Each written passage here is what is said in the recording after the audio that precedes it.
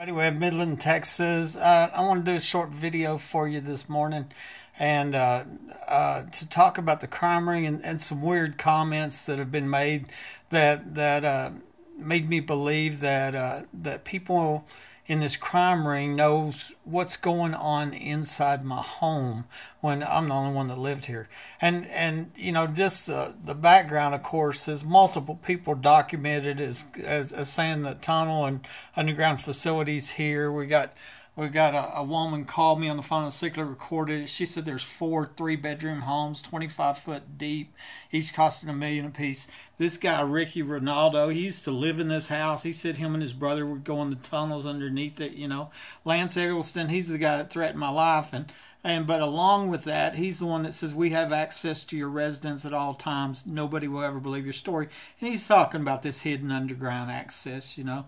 And here's a Google Earth picture. You can see my home where I shot. And what I'm pointing out is the asphalt here behind Home Depot looks like it's cut where a big tunnel looks like a ditch was cut in that asphalt. You see the color change. I posted that one day, and a Betty Shipley wrote, I know for sure it's there. She's talking about an underground facility. There's a guy named Eric O. says, I've been in the tunnels under your home. And of course, Rhonda Denman Rogers tells me that the underground facility's a half block away. Okay, so I think that's the key to all the crimes here, the repeated break-ins and all that stuff. And back to what I'm saying, I drew up this. I wrote this out on weird comments. And basically some things I was thinking about that different people have said that made me believe that they knew what was going on in my home. See, and I remember a friend of mine told me way back in 2010, she says, buddy, you can't fight them. There's too many of them, you know. And you know, so that told me there was a lot of people that were involved here. You know, and of course, the ex-wife in a certain way told me that there was a lot of people on the night I was shot. And so I've long called it a crime ring. You know, I've been attacked, you know, with baseless slander and assaults, or not assaults, but libel, slander, and a whole bunch of, you know, just rude remarks and insults, etc. And so anyways, here we are. What I'm going to start with, and I'm not going to read to you. I'm just going to go over this because I'm, you know, I wrote it out and I can remember most of it. And when I was still working back in 2011, one day I bought this specialty saw. Okay, it's called a variable speed bandsaw. It's a portable bandsaw, and it's not real common. You don't see them. I don't see them at the state sales. It's something I used on a construction site one time. You know, I thought it'd be neat to have, and I bought it. And then I get to work the next Monday, and my coworker right there that was always dropping these innuendos about things going on in my house just happens to bring up cordless bandsaws in the course of the conversation, you know, a day after I bought this, you know, and that kind of stuff was happening over and over. I reported 5 coworkers with my company the year before I was shot to my supervisor, Dane Wiggins, because I believed that they knew who was breaking into my home based on things that were said, innuendos that were said. And here's a little short example. This right here was Robin McAllister Steer. She's from Midland. She was a co-worker. She was my cell phone administrator. And after I'm shot and I'm checking Facebook and I'm looking for somebody to say, did you hear Buddy Weber shot, whatever. Her birthday happened to be on the day I shot, January 28, 2012. Well, I see this weird post from a guy named Steve Parker that tells her, this is right when I'm shot, you need to add or delete one friend and get off the nasty number. He ordered her, okay? And so I'm wondering, I wonder if my phone number is the nasty number, because she's my cell phone administrator, had, you know, connection, you know, had access to my records. And then don't get on Facebook too often. You know, here's some guy ordering her, telling her when she can get on Facebook and when she can't.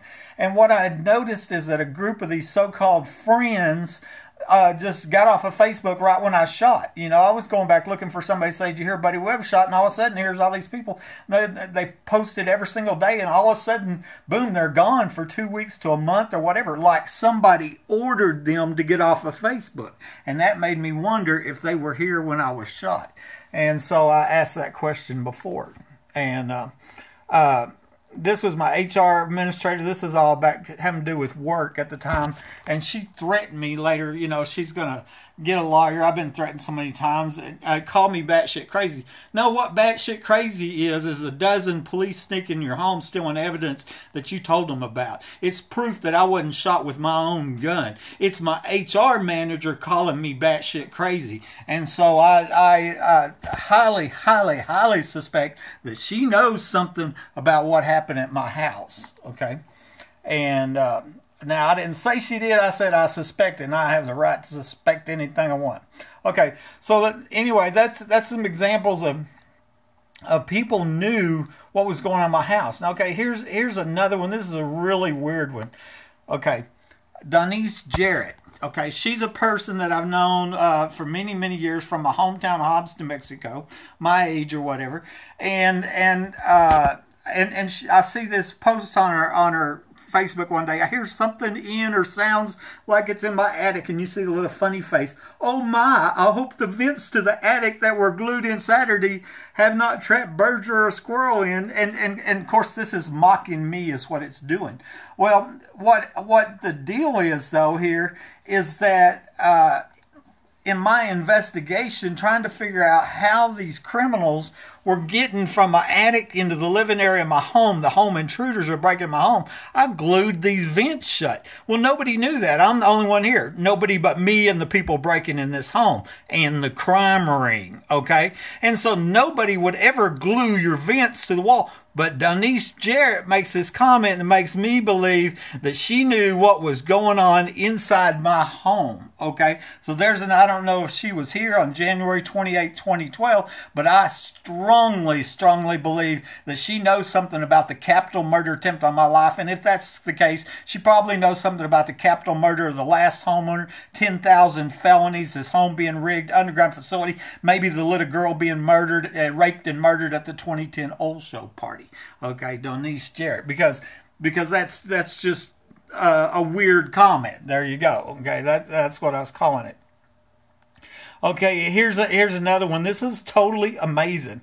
Okay, in 2017, okay, I'm contacting Texas Attorney General Paxton, and a lieutenant with his office advises me to contact the Texas Rangers Public Integrity Unit. They investigate corruption, public corruption. Okay, so I do as advised by the Texas Attorney General, and the Texas Rangers pulls a quick one on me, and they assign this local Texas Ranger named Jeffrey Strain. And I asked him, I said, "Are you with the PIU?" And no, he's not. Well, I was concerned that he would be friends with the local police in this area, i.e. the secret police that sneak into houses, homes of crime victims, steal evidence, and cover up capital attempted murders. I'm worried that that's his friends, right? And that's who they assigned to my case as a Strain. Well, he wanted the whole story, okay? And so here, this is April 27. I sent him like 70 emails. These were attachments with police reports, security camera pictures, links to videos, medical records, x-rays, and not only on the capital murder to my life, which is proven, okay, proven I wasn't shot with my gun, that's proof, and then also the horrific medical crimes proven that x-rays were falsified, I was maimed and mutilated, but then also suspected murder of the last homeowner, Mike Lawhon, and the evidence on the murder of Haley Dunn, and even other ones, maybe Rini Escobar Sanchez, and you know, and I there was just a whole bunch, like 70 emails I sent to him, and nobody knew I was sending this him. And here you can see right here, one of his rare comments was, "How are they secret police if you identified two of them as Midland police? How are they secret?" Basically, okay. Well, and I answered the thing. They earned the moniker secret police by their covert and illegal actions. The only reason that we know they were in my home stealing evidence and staging the crime scene is because they accidentally started the security camera while trying to disable it. Okay, you know, that's why they're secret, because two of them got recognized because they accidentally got caught on camera stealing evidence to cover up a murder attempt. Doesn't mean they're not secret. You know, that secret police was a name that I gave them because we didn't know who they were. I mean, I called them criminals dressed like police. You know, they wouldn't officially police till 6 years later until a private investigator, you know, identifies. I paid $2,000 to identify police. Anyway, that was Jeffrey Strain right here. Well, I see this weird comment on Facebook from this Melody Mustang McClintock. I think she's out of Carlsbad. That's where my dad worked, over in Carlsbad. And that's, remember where that the home in Carlsbad where the woman burnt the home down because she said somebody's in the attic, etc. Anyway, she writes, I've noticed there's an awful strain of judging going around. And she put strain in quotation marks. Well, I mean, I often put words in quotation marks. You know, that's a you know, one thing you see me do a lot. And you know, that's just a very strange words right here, you know. Here it is, oh, strange. It was like she knew what I was doing and nobody knew it. She knew, she was like privy to private conversations concerning capital crimes to law enforcement. That's a scary thing right there. I mean, somebody needs to ask some questions how she knows that, because that's a very strange choice of words right here. And then you also said, don't judge someone just because they sin differently. Like you know, somebody was she was on a guilt complex or something. I don't know what that, you know, what that was. And but anyways, that was another weird comment, and I was gonna bring it up. Also, while we're here, I'll just show you another email that I sent one of Jeffrey Strain. He writes back, and I told him that I had been told, one of the most serious things I'd been told is I was told by the sister-in-law of a doctor that a group of doctors are killing people for profit. Now remember, I'm sending him proof of falsified x-rays and maiming and mutilation, right? And then he writes this back. I almost took it like it was smart mouth. How would a doctor make money killing people, right? And you know, I'm like, I can only speculate, but the person asked is the one that told me this, and since you have her on tape admitting to extortion, which could send her to prison for many years and could also be used as evidence to her involvement in the capital attempted murder of my life, then she might be motivated to tell you about it.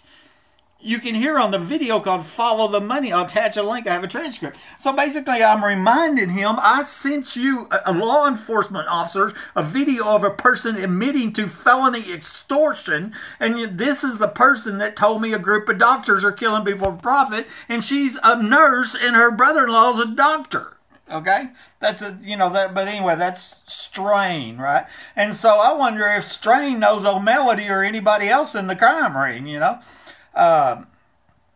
Here's some more. Okay, in 2012, I figured out in Gmail how to figure out the IP addresses that was accessing my email account. Okay, and it was easy for me to go and look and go, wait a minute, that wasn't mine. Okay, that was from a different area. Okay, these mobile devices. So I could tell the IP addresses that somebody was checking my Gmail in 2012. I printed this off. And I gave it to FBI Agent Dominic. And at the time, back in 2012 when this was going on, because his IP addresses only matter for the time, you know, for the time frame it happened. On the day it happened, that IP address, and all you have to do is find out what number, and you find out who, and you know, all this could have been solved many years ago. All the FBI, because they have the authority to go in there and go, I need to know who, you know, which IP address, who had this IP address, which mobile phone had this IP address, was checking Buddy's email on that day. Okay, and once you do that, then you can bet this person, it has some kind of connections to breaking into homes and shooting unsuspecting homeowners, right? But that didn't happen. But what it does show is that my email was hacked. Okay, so and that's the thing, that's what it looked like.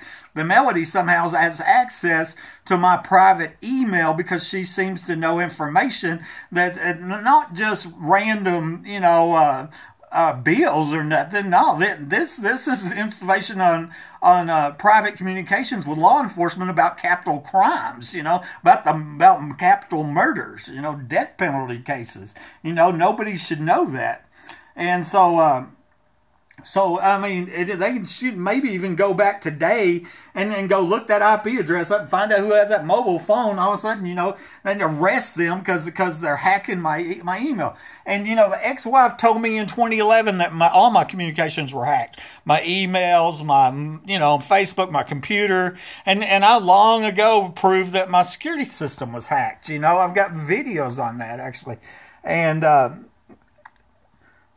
here's a video, proof of security system hacking. Right here, you can go to my YouTube channel, find that. I've got a couple videos showing that, where they, you know, proven without a doubt they've got my security system hacked. And that's a big deal, because if I bought this thing at Sam's, that means they've got, you know, access to hack millions of them just like it. There's no telling how many rapes and murders that they've used hacking these systems, besides my phones and email and everything else, okay?